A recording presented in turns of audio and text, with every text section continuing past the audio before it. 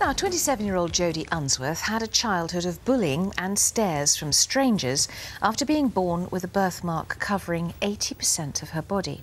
She endured 30 operations in an attempt to improve the condition, and Jodi now dedicates her time to helping other sufferers. And she joins us now with dermatologist Dr. Veronica Kinsler. Welcome, both of you. So, Jodi, when you were born, what did it look like? I mean, straight away it was very apparent, wasn't it? What did it look like?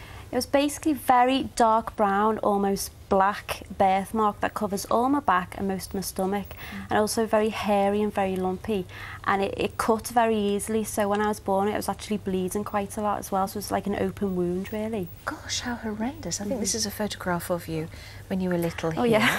A dear little face, look at you, gorgeous. And at the time, nobody knew what it was called, and you were made to feel almost if you were the only person in the world with this, so you just have to get on with it. Yeah. Very difficult, isolating for any young person, male or female, and you endured a bit of bullying at school. And a bus driver threw you off the bus? That's right, yeah. What's that about? I went to get on the bus and I was about 14 years of age, and all my friends were getting on the bus as well, and we just finished school, couldn't wait to get home. And as I went to get onto the bus driver thought that maybe the CMN was contagious, and he asked me to get back off the bus. But being my typical friends, they all jumped back off as well, and we just waited for the next one. So. So solidarity with your mates. Yes. By that time, you'd endured, I don't know, 30 operations? Yeah, around that. That was the treatment, was it, to try and cut it out? Or? Yeah, because CMN is not very well known, so like 27 years ago when I was born, it was really, really rare. So the doctors decided they'd try and remove it because obviously there was scares of maybe being skin cancer, so they decided to just remove it to be on the best safe side. So I had skin grafts and dermabrasion, which is like shaving layers of the skin.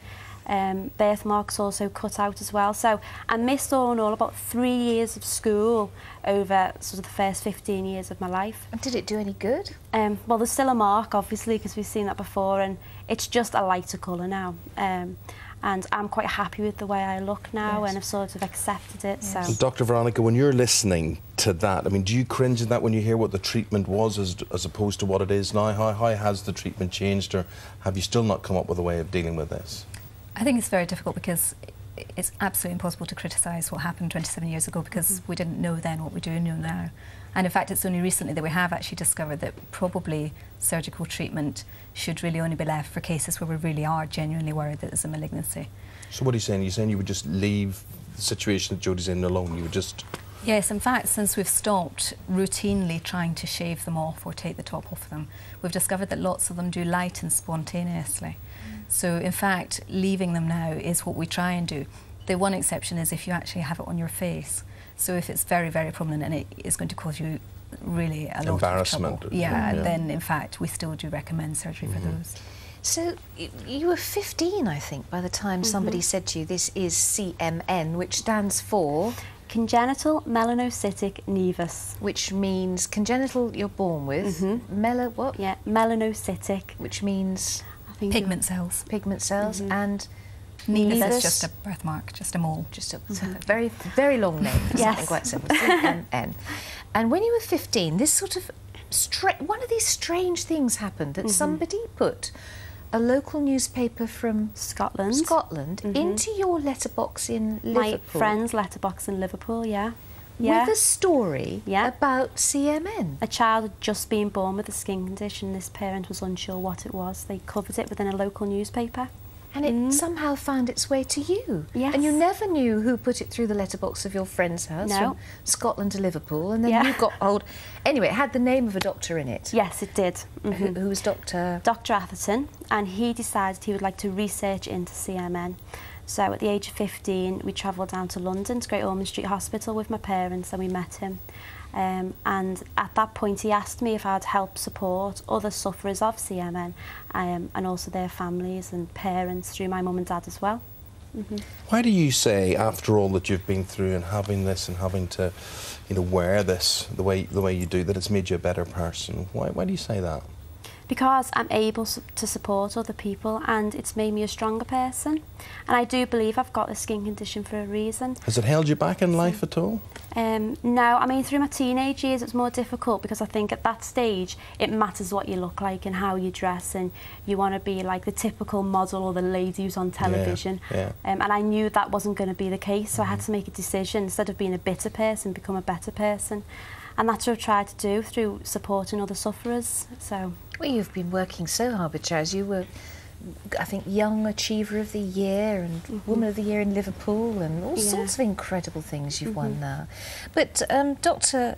Veronica, so we found out what it is, but are there people who are more susceptible? Do you know why people get it?